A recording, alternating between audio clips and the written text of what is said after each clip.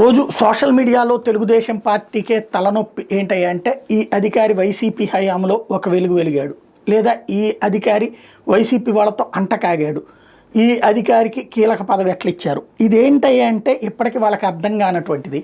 ఎవడో ఒకడు సోషల్ మీడియాలో స్ప్రెడ్ చేస్తాడు, దాన్ని పుచ్చుకుని మిగతా వాళ్ళందరూ గుడ్డెద్దు చేలో పడ్డట్టు ఫాలో అప్ చేస్తున్నారు. అసలు పాయింట్ ఏంటి? ప్రభుత్వ ఉద్యోగులు ఆకాశం నుంచి ఊడిపడరు. అప్పట్లో లైమ్ లైట్లో కొంతమంది ఉంటారు, ఇప్పుడు లైమ్ లైట్లో కొంతమంది ఉంటారు, మిగతా వాళ్ళు సైడ్ లైన్లోనే ఉంటారు. ఇక్కడ ఉద్యోగస్తులందరినీ పక్కన పెట్టేసి వ్యవస్థ నడవదు. ఎవడు అధికారం ఉంటే వాడి కోసమే పనిచేస్తాడు ఉద్యోగి అనేవాడు. ఇది గుర్తుపెట్టుకోవాలి. నెంబర్ 1.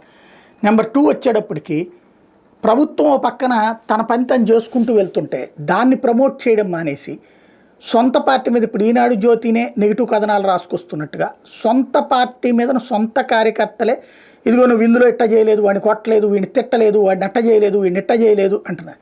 ఇప్పటికే హింస పెరిగిపోయింది. దాన్ని ఏమంటారు, రాజ్యహింసతో తలడిల్లిపోతున్నావు అని చెప్పేసి ప్రజలు అంటుంటే నువ్వు ఎందుకు చేయలేదు, ఆయన మర్డర్ ఎందుకు చేయలేదు, వీడిని ఎందుకు పొడి చేయలేదు, వీడిని ఎందుకు కొట్టలేదు అనేటటువంటి ధోరణి వీళ్ళే ప్రొజెక్ట్ చేస్తున్నారు. ప్రజలకి దీనివల్ల ఏం సంకేతం ఇస్తున్నాం అన్నది ఆలోచించుకోవాలి. పార్టీ ఎదుగుదల అన్నటువంటి దాంట్లో మన పాత్ర ఎంత ఉందో, పార్టీ ప్రభుత్వం స్థిరత్వం కావాలంటే కూడా అంతే పాత్ర ఉంది. అనవసరమైన సమయపు వృధా వ్యవహారాలని, ఈవెన్ సొంత ప్రభుత్వం మీదనే తిప్పలు తెచ్చేటటువంటి పని, సొంతగా చంద్రబాబు గారిని ఇబ్బంది పెట్టే పరిస్థితి, లోకేష్ గారిని ఇబ్బంది పెట్టే పరిస్థితి చేయకూడదు. వాళ్ళకి తెలుసు ఏ టైంలో ఏం చేయాలి, ఎలా చేయాలి అన్నట్టు.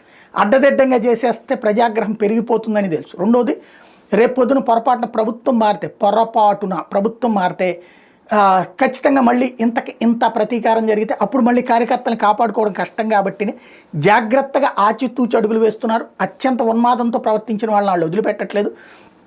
మిగతాది విమర్శాత్మకం లేదా పార్టీకి వ్యతిరేకం ఉన్న వాళ్ళందరినీ వ్యతిరేకం చేసుకుని లేకపోతే వాళ్ళ మీద దాడులకు పాల్పడితే అది తర్వాత తీవ్ర ప్రతిఘటనలు మారుతాయి అన్నటువంటిది వీళ్ళ లెక్కగా ఉంది.